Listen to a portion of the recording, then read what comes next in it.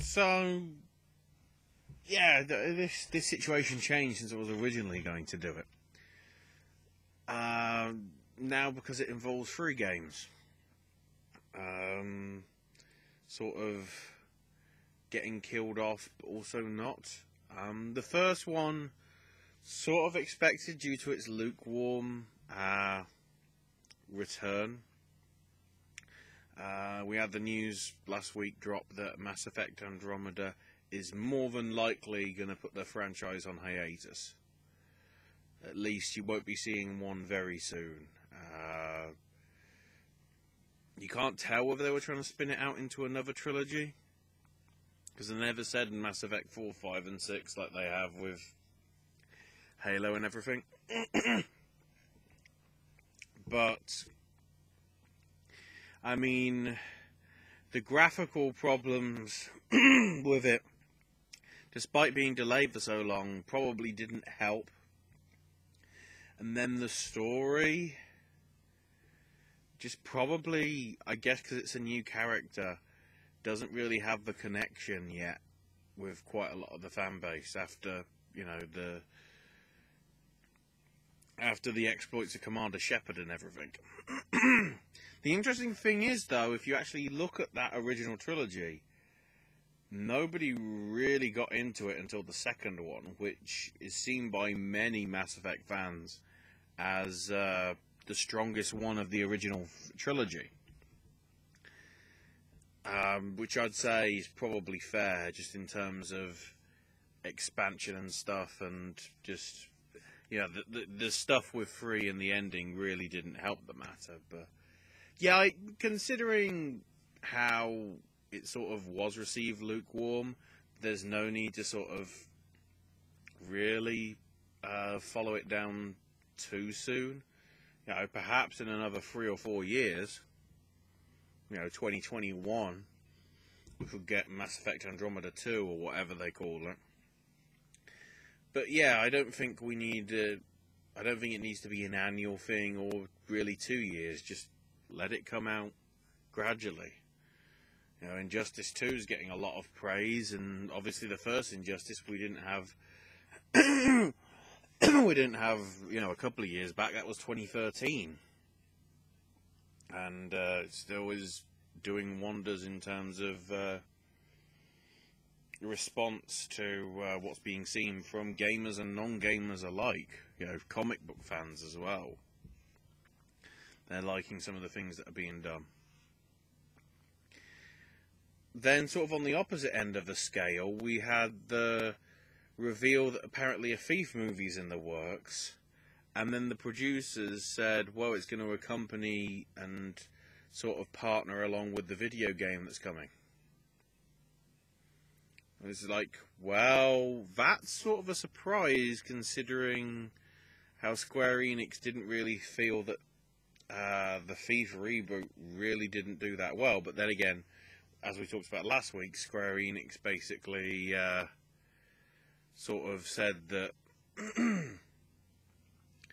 you know, the numbers for Tomb Raider have been bad, although it's probably recovered now with, you know, obviously it's been out for a few number of years, and certainly with Rise of the Tomb Raider, with the PS4 stuff, it sort of took a big leap there in terms of actual popularity.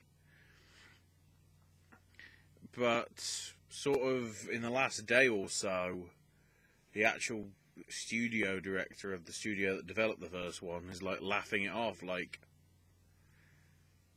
you know, we're not working on a Thief games, and if we're the ones that only have the rights to actually do it, one, who is, and two, why would we want it anything to do with a movie? So it's like, shots fired. And also, on top of that, the movie production company has sort of taken that out of all their statements and everything, that it's going to be accompanied by an actual game release. So, I don't know, sort of stirring up the excitement too much. And then we get to Hitman. Because this expands on from, I think I talked about it last week in terms of Hitman, like with the sales targets. I might not have done, because that might have been, yeah, that would have been Capcom instead. Hitman, from what I can tell, did pretty okay in terms of sales. But because of Square Enix losing, I think it's something like $30 to $40 million. I think it's more in the 40 range from what I remember. Square Enix is selling off IO Interactive. Or, you know, certainly putting it out there, and if anybody wants to buy it, they're free to have it. Which is very disappointing as well, because I don't think the episodic thing worked. But now that the thing's out, as a whole package, okay, you've missed some of the online-only assassinations that you only do once in that time period and whatever. But they're still gradually putting stuff out now. I think the last stuff might be coming soon. Reportedly, they are already working on Season 2. But an interesting twist came in the last, well, sort of over the weekend. One of the German news sites for games, reportedly with sources close to the situation and everything, the Hitman franchise, or the license, you know, the Agent 47, all that sort of stuff, isn't actually a Square Enix property. It's an IO Interactive property. So if you take that into consideration, whoever buys it can basically can publish Season 2 themselves and try and gain some more popularity off the back of what IO did with Square Enix for Season 1. And then, of course, the irony is, if it's way more successful in Season 2, there's going to be a bit of a question as to, like, Square Enix let this go. Despite the fact, whereas if you probably look at some of their other stuff that they've done, you know, Final Fantasy took a heck of a lot of money to be doing. Nia's probably good enough for them. You know, that's got a lot of popularity. I think Neo's Square Enix. It might not be. Actually, I don't think it is. I'm trying to remember everything that was from that Square Enix press conference from, was it 2 years ago now? I think, vaguely. Yeah, it would be, because of the Final Fantasy VII thing, which they showed again, and everyone wasn't as wowed, because it's like, yeah, we saw it yesterday. But, I mean,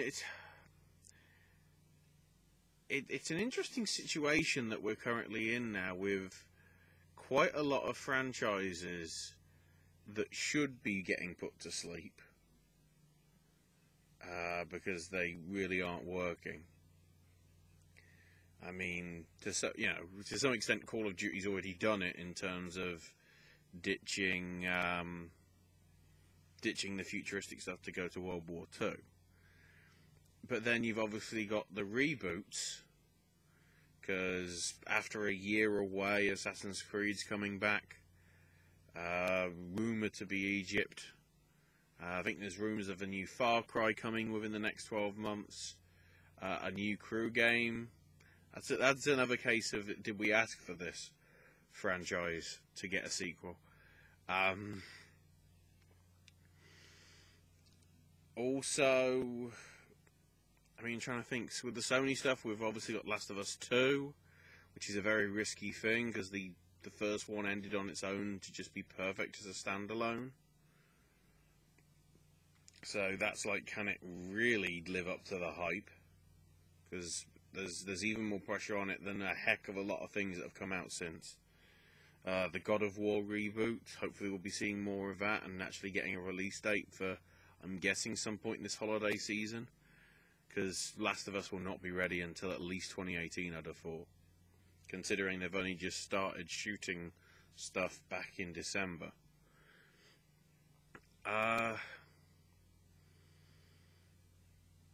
And then, of course, you've got sort of these MMO games.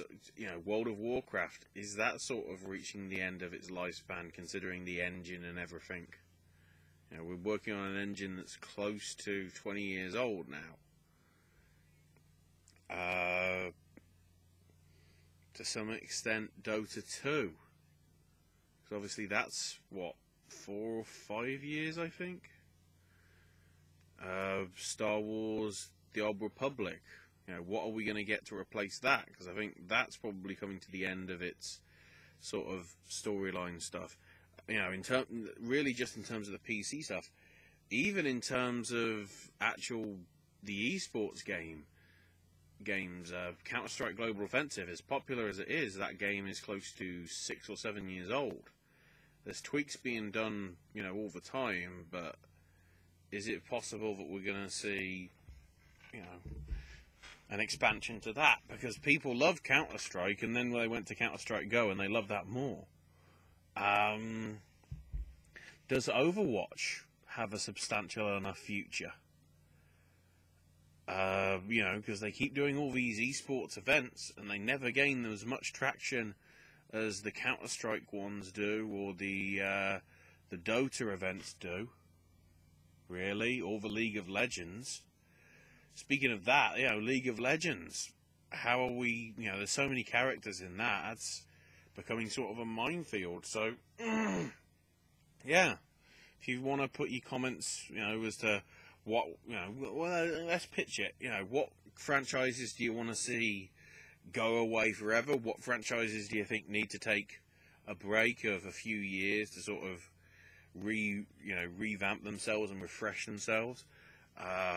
And what games would you like to see in terms of, we haven't had one of them in a while. It was pretty popular. Why don't we have some more of it? Feel free to leave the comments. Getting into an argument with yourselves if you do. And, yeah. The thing is, whether it'll be weekly or not, there will be a sequel to this video. I'm already disappointed.